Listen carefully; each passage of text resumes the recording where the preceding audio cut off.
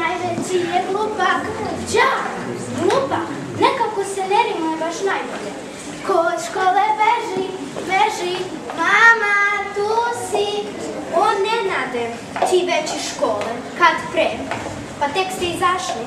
Žurio sam zapravo, trčao sam.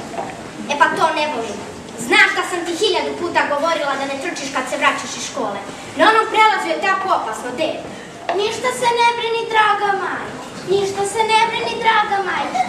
Ja sam pazio. Baš sam pazio kad sam ulicu prelazio. Prekini, dete, šta ti je?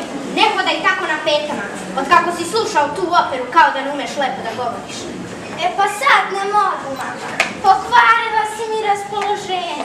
A ja sam trčao da te obradim. A sad ništa.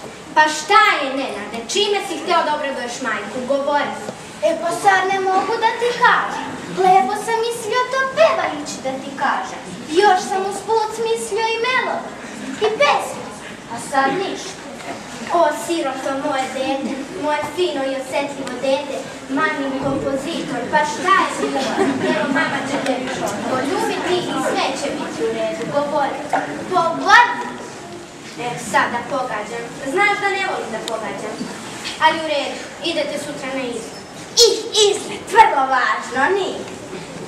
Pronašla ti tetkica izgubljene patike. Svašta, kao da bih ja za patike komponovao pas. Šta bi onda moglo da bude? Video si tetku Miru i ona te pozvala na stebići rođendan, da nije to? Svašta, kao da je meni toliko stalo do njegovog rođendana. Ja onda stvarno ne znam o čemu se radi.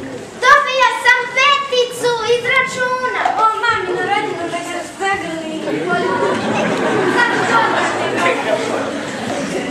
Sad si me zaista obradala. I da mi daš za bioskop. Da će ti mama i za bioskop i za jednu veliku čokoladu.